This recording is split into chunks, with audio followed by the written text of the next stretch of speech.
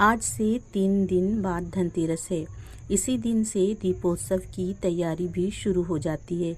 मान्यता है कि कार्तिक मास के कृष्ण पक्ष की त्रयोदशी तिथि पर ही भगवान धन्वंतरी प्रकट हुए थे।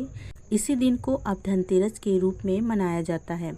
इस दिन माँ लक्ष्मी और भगवान धन्वंतरी के साथ साथ भगवान कुबेर को भी पूजा जाता है। साथ ही शाम में यमराज की भी पूजा की जाती है और उनके नाम का दिया घर के मुख्य द्वार पर रखा जाता है। धनतेरस पर नए बर्तन और सोने चांदी के सिक्के खरीदने का रिवाज है।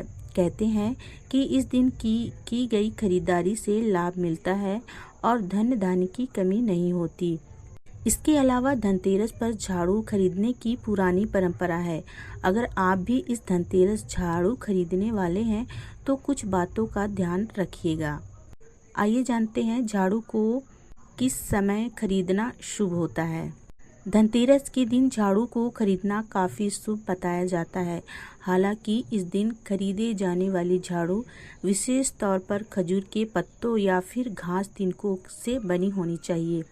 इसे खरीदने का शुभ समय सुबह का है। माना जाता है कि इस समय खरीदी जाने वाली झाड़ू घर में बरकत ले आती है। गलती से भी झाड़ू सूर्यास्त के बाद नहीं खरीदनी चाहिए। हमेशा इस बात का ध्यान रखें कि धनतेरस पर कभी भी प्लास्टिक इत्यादि से बनी झाड़ू नहीं खरीदनी चाहिए। इसके बाद जानते हैं आखिर झाड़ू को किस दिशा पर रखने चाहिए। झाड़ू से जुड़े वास्तु नियमों का जरूर पालन करना चाहिए। मान्यता है कि अगर झाड़ू को गलत दिशा में रखा जाए तो इससे वास्तु दोष भी लग सकता है। वास्तु शास्त्र के हिसाब से झाड़ू को हमेशा दक्षिण पश्चिम या पश्चिम दिशा में ही रखना चाहिए। झाड़ू को रखने के लिए ये सबसे शुभ दिशा मानी जाती है।